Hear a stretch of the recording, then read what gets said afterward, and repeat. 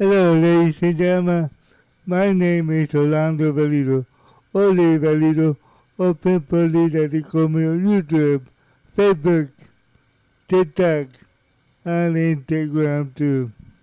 Okay, it's right now 8:36 p.m.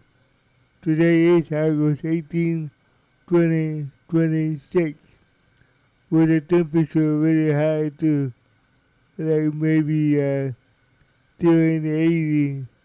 Today was 97 degrees in Miami. You believe that? 97 or 99. That's a hot summer for us.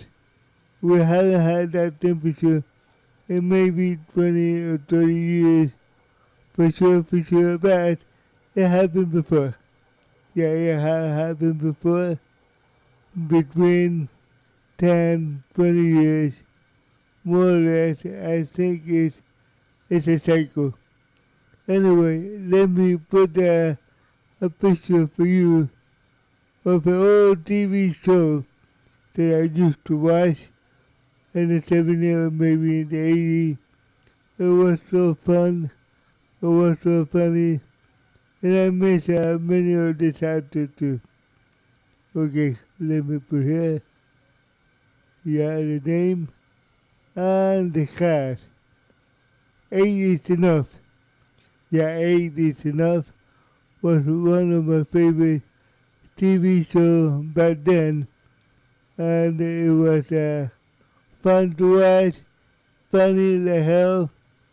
Yeah, I remember William that came to be a house star for a teenage girl, or the teenager girl was after him because he was like a hunk in one point or another, and the other girls went crazy.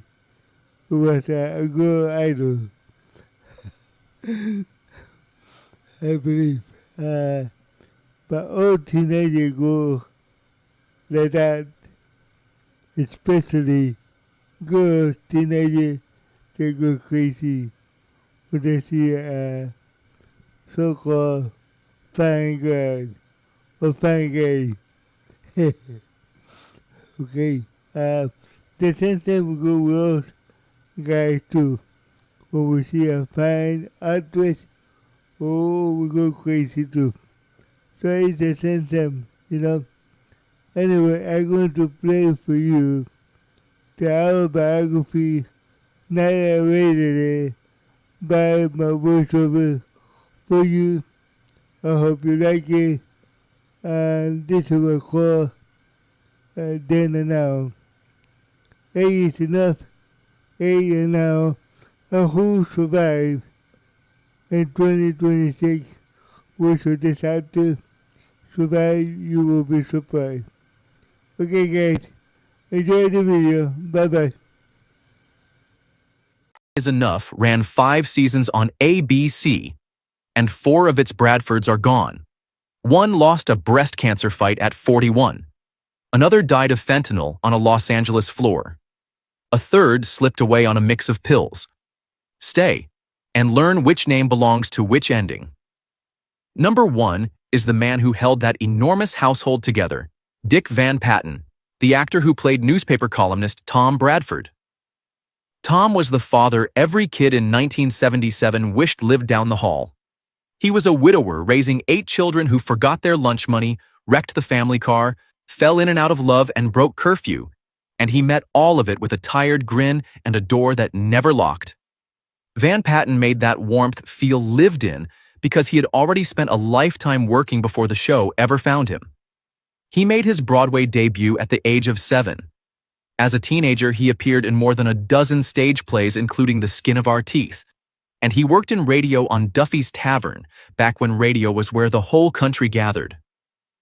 Long before he was the nation's favorite television dad, the Army drafted him in 1949, pulling him straight off the set of the series Mama and into a uniform. That show, Mama, had made him a household face across America in the early years of television, when a live broadcast reached millions of families gathered around a single glowing box. He was, in a real sense, one of the first child stars the medium ever produced, and he carried that easy, unhurried decency into everything he touched afterward. Marriage came in 1954, when he wed Patricia Poole, a Broadway dancer who had performed with the June Taylor troupe. That marriage held for 61 years, until the day he died, which is a number almost unheard of in his business. Together they raised 3 sons, and every one of them followed him into the work. Nels became an actor. James built a long screen career of his own. Vincent turned professional in tennis, took Rookie of the Year in 1979, beat John McEnroe in a Tokyo tournament, and later became the familiar voice of the World Poker Tour. Between the 3 of them, they gave Van Patten a wide, working family, and eventually a bench of grandchildren who knew him simply as a warm, joke-cracking grandfather rather than a television legend. Public salary records from those years are thin, and much of the contract detail from that era stayed behind studio doors. Here is the fact that reframes the man who played a father for a paycheck. He loved animals so completely that in his 60s he founded a pet food company called Natural Balance, and it grew into a business that outlived him. Awards found him along the way, including a star on the Hollywood Walk of Fame in 1985 and, years later, a place on the Palm Springs Walk of Stars. Fame, for him, was never the point of any of it. He worked because he loved to work, and he stayed married and stayed kind while the industry churned through everyone around him. On the 23rd of June, 2015, Van Patten died at St. John's Health Center in Santa Monica, at the age of 86, from complications of diabetes. His body rests at Forest Lawn Memorial Park in the Hollywood Hills. Tom Bradford spent 5 seasons opening his door to 8 children who never stopped needing him. Dick Van Patten opened his to 3 sons, 1 wife, 61 married years, and a house full of rescued dogs, and he never once pretended the make-believe family was the harder one to keep alive. Second is the woman the network brought in to do the impossible, Betty Buckley, who played the school teacher everyone came to call Abby. She arrived in the 2nd season as the widower's new wife, walking into a house of 8 grieving children and a young audience that was not sure it wanted a replacement mother. Buckley played Abby with a spine of steel wrapped in patience, a woman who did not try to be anyone's mom and somehow became one anyway. What most of the show's young viewers never understood was that they were watching a future queen of Broadway wash dishes in a sitcom kitchen. Only 1 year before 8 is Enough, she had already filmed one of the most famous horror endings ever shot, playing the doomed gym teacher Miss Collins in Brian De Palma's Carrie. 1 year after the show ended, she stepped onto a Broadway stage as Grisabella in the original production of Cats, sang the song called Memory, and won the Tony Award for Best Featured Actress in a Musical. She went on to play Norma Desmond in Sunset Boulevard in both London and New York, earned an Olivier nomination, and collected a 2nd Tony nomination for Triumph of Love. For a whole generation of theater lovers, she became one of the defining voices of the American stage, the woman you booked a flight to hear sing in person. The television audience that once worried she would ruin their family show had, without knowing it, been given a front-row seat to a major artist just before she conquered Broadway. Her marriage to Peter Flood began in 1972 and ended in divorce in 1979, and she had no children, a decision she has spoken about with clarity rather than regret. Away from the stage, she was close friends with John Belushi in the wild center of that era, and she carried its stories without ever losing herself in them. Today, at 78, Buckley lives on a ranch in Parker County, Texas, where she rides cutting horses in real competition and still records and tours the country. She recently released new music, including a single written for her by James Taylor, and she continues to make rare, glowing public appearances that leave fans stunned at how vital she remains. The ranch, the horses, the concerts, the recording studio, all of it belongs to a woman who built her life entirely on her own terms and answered to no one. Marriage did not last for her, and motherhood was never part of her plan, yet few performers of her generation seem more fully at peace with the life they chose. Abby walked into a house full of children who did not ask for her and earned her place one ordinary day at a time. Betty Buckley walked off that set, and straight into the brightest lights Broadway had, and she proved that the stepmother the audience once resisted was the biggest star in the entire house the whole time. Third is the mother the show lost before America ever got the chance to know her, Diana Hyland, born Diane Gentner in Cleveland Heights, Ohio, in 1936. She was cast as Joan Bradford, the original wife and mother, the warm center the whole series had been built around. Hyland filmed only 4 episodes. She had been diagnosed with breast cancer in 1975, endured a mastectomy and chemotherapy, and the disease returned and spread while the cameras were still rolling on that first season. When production could wait no longer, she was too sick to continue, and the writers made the wrenching decision to kill Joan Bradford off, turning the family's fictional grief into something the actors were suddenly living for real. Think about what that first season asked of everyone on that stage. They filmed scenes of a family mourning a mother while the woman who played her was dying in a hospital bed a few miles away, and every tear on camera was rehearsing a funeral they all knew was coming. Before the series, she had built a deep television career that stretched back to the 1950s, from The Fugitive and The Twilight Zone to a regular run as Susan Winter on Peyton Place. She was a serious, trained actress, the kind of performer a producer hires when a role has to feel like a real mother rather than a sitcom idea of one. Months earlier, she had played John Travolta's mother in the television film, The Boy in the Plastic Bubble. And off-camera, the two of them had fallen in love despite an 18-year age gap. He was a young man on the edge of enormous stardom, and he stayed devoted to her straight through the illness that was already taking her. On the 27th of March 1977 in Los Angeles, Diana Hyland died at the age of 41. Travolta was holding her. Dick Van Patten and his wife Patty stood in the room with them. That September, the Emmy she had earned for The Boy in the Plastic Bubble was awarded to her posthumously, and Travolta walked to the podium and accepted it in her place, weeping in front of the whole industry. She left behind a young son named Zachary, born in 1973 during her brief marriage to Joe Goodson, which had ended in divorce 3 years before she died. A little boy of 3 lost his mother, and the man who loved her carried that loss publicly for the rest of his career. Diana Hyland was written to be the beating heart of a family that would run for years on national television. The cruelty is that she was gone before the audience could love her, and the grief the Bradford children played in that first season was the only grief on that entire set that no one had to pretend. Number 4 went from teen heartthrob to homeless, and all the way back Willie Ames, who played Tommy Bradford, the mischievous middle son with the feathered hair that filled 1,000 magazine covers. Tommy was the charmer and the schemer, the one always half in trouble, and Ames played him with a loose, grinning energy that pinned him to teenage bedroom walls across the country. After the show, he landed another hit as Buddy Lembeck on Charles in Charge, and for a while the fame and the money looked permanent. Then all of it collapsed. By the mid-2000s, Ames had filed for bankruptcy, was fighting alcohol addiction, and had lost nearly everything he owned. He spoke openly about the lowest moments, including a night he cut himself out of guilt after taking a bottle of whiskey from his landlord. In 2009, after his car was repossessed, he held a garage sale in Olathe, Kansas, selling his own memorabilia and autographs just to get by. He took a job installing satellite dishes for Dish Network at $8.60 an hour, climbing onto strangers' roofs while a few of them still recognized the face of the boy who once grinned out of every teen magazine in America. That fall could have been the whole story, and for a lot of former child stars it would have been. What he did next is the reason his story is not a tragedy. He signed on to a cruise ship, and within 6 months he was promoted to cruise director, eventually sailing to 127 countries. His first marriage to Vicki Weatherman gave him a son named Christopher. A daughter named Harley arrived in 1990 during his second marriage to the actress Malo McCaslin. In 2014, he married Winnie Hung, a woman who had written to him as a fan and stayed his pen pal for 3 decades before the two of them finally found each other. 30 years of letters, beginning when they were both young and neither could have guessed how the story would end, closed with a wedding after he had already lost and rebuilt an entire life.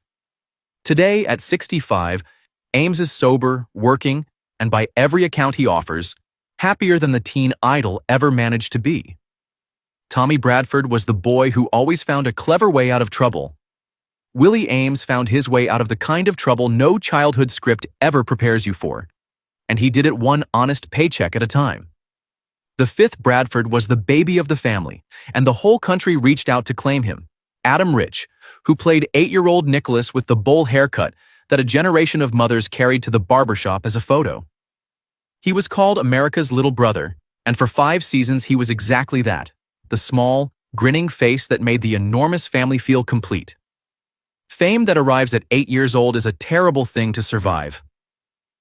Rich struggled with addiction through much of his adult life, and he spoke about it openly, from a near-fatal Valium overdose in 1989 to a 1991 arrest for shoplifting from a pharmacy when Dick Van Patten quietly drove down and posted his bail. There was a DUI arrest in 2002 and long stretches when the work simply stopped coming. He had lent his voice to the character Presto on the Dungeons & Dragons cartoon and turned up on shows like The Love Boat and Baywatch, but the little boy the country adored never found a second act big enough to hold him. Growing up famous, he once explained, meant there was no version of himself the public would let him become, because everyone already knew exactly who Nicholas Bradford was supposed to be. In October of 2022, he told the world he had been sober for 7 years. On the 7th of January 2023, Adam Rich was found dead at his home in Los Angeles at the age of 54, and the county coroner ruled the cause an accidental fentanyl overdose. Years earlier, he had allowed a magazine to publish a fake story about his own death as dark satire about how the press devours former child stars, which makes the real headline, when it finally arrived, land even harder. Nicholas Bradford was the little boy the whole family gathered around every week. Adam Rich spent his life being everyone's little brother and never quite got to grow out of it. And the country that adopted him at 8 ended up mourning him like family at 54. If you once asked the barber for Nicholas Bradford and that exact haircut, tell me in the comments which Bradford child you loved the most and why they have stayed with you all these years. Sixth is the eldest brother, and he very nearly was not on the show at all, Grant Goodeve, who played David Bradford, the responsible firstborn. The role was first handed to a young actor named Mark Hamill, who filmed the pilot and then walked away, when a small film called Star Wars and a serious car accident pulled his life in another direction entirely. Goodeve stepped in and played David for more than 100 episodes, the dependable big brother the younger children leaned on when the house got loud. There is a strange symmetry in it, one young man losing the role to a galaxy far away, while another gained the anchor of his entire early career. He married Deborah Ketchum in 1978, while the series was still on the air, and that marriage has lasted every year since. Together they raised 3 children, and today they have 6 grandchildren. In 1989, the family moved to the Pacific Northwest, and Goodeve quietly built a smaller, steadier life around Seattle. He hosted home and history programs on cable, including If Walls Could Talk on HGTV, lent his warm voice to commercials, and gave his time to a traveling music ministry through his Presbyterian church. Today, at 73, he is still married, still singing, still working, and still standing exactly where he chose to stand decades ago. His 3 children grew up far from Hollywood, in the green quiet of the Northwest, and his 6 grandchildren know him as the grandfather who sings in church, not as a face from a poster their parents once owned. Faith and family became the whole architecture of his adult life, and he seems to regard the fame as a job he once had rather than a person he once was. David Bradford was the steady one, the brother who always showed up. Grant Goodeve inherited a role that another man had abandoned and quietly turned it into the most stable life in the entire Bradford house. Subscribe if you want the rest of these stories, the ones the studios never printed on the call sheet, brought back to you one honest life at a time. Number 7 carried a famous show business name before she ever joined this family, Lonnie O'Grady, who played Mary Bradford, the practical eldest daughter studying to become a doctor. She was born Lenita Agradi, the younger sister of Don Grady from My 3 Sons, and the daughter of Mary Grady, one of Hollywood's busiest children's talent agents. Mary Bradford was the sensible one, the daughter everyone trusted to keep her head, and O'Grady gave her a grounded, watchful calm. Behind that calm, she was fighting panic attacks she had suffered since the age of 18, though she was not formally diagnosed until years later. When acting became too heavy to carry, she left it and became a talent agent herself, moving to the other side of the desk her mother had built. She had grown up inside this business, watching her brother and the children her mother represented chase the same spotlight, and she understood better than most how it could hollow a person out. Publicly, she spoke about her struggles with prescription drugs and with alcohol, and she checked herself into Cedars-Sinai for detox in 1998. On the 25th of September 2001, Lonnie O'Grady died at her home in Valencia, California, at the age of 46 from what the coroner described as multiple drug intoxication. An autopsy found high levels of a painkiller and an antidepressant in her system, and the examiner could not say for certain whether the ending was an accident. She left the world quietly, in the same private way she had left the business that once put her name in millions of living rooms. Mary Bradford spent her scenes studying to save other people's lives. Lonnie O'Grady spent hers quietly trying to save her own, and the steady calm she gave that character was the hardest performance she ever had to turn in. The last of the 8 is a survivor in the most literal sense of the word, Susan Richardson, who played Susan Bradford, the sweet, sometimes overlooked middle daughter. She was already 25 years old when she began playing a teenager, and the pressure to stay thin on camera pushed her into disordered eating that would shadow her for years. Life after the cameras stopped was unkind to her in ways no viewer could have guessed. Richardson developed diabetes, survived 3 mini-strokes, and lost 60 pounds, and all of her teeth to a rare condition called achalasia that paralyzes the esophagus. She became severely agoraphobic, and for a long stretch she lived in an unheated trailer with a rotting floor in Wagontown, Pennsylvania, unable to afford to warm it, not far from the Coatesville town where she had been born. One of the smiling faces from a show about a comfortable, loving American family had ended up cold and forgotten in a broken-down trailer, and almost no one knew. Through every bit of it, she has held on to a startling gratitude, telling reporters that doctors once warned she would not still be here, and that she is here anyway. Money never followed her out of the show the way it should have, and the residual checks that might have cushioned old age were never the fortune outsiders imagine. What she has instead is a plain, hard-won thankfulness for waking up at all. Today, at 74, she remains in Pennsylvania, still standing, still counting the days as a gift. Susan Bradford was the daughter who quietly faded into the background of a loud, happy family. The woman who played her has spent her life flatly refusing to fade at all, and the quietest Bradford of them all turned out to be the most stubbornly, defiantly alive. 4 Bradfords are gone now. The other 4 are still here. 1 father, 1 door, 8 children, and a make-believe family that a whole country needed to believe was real.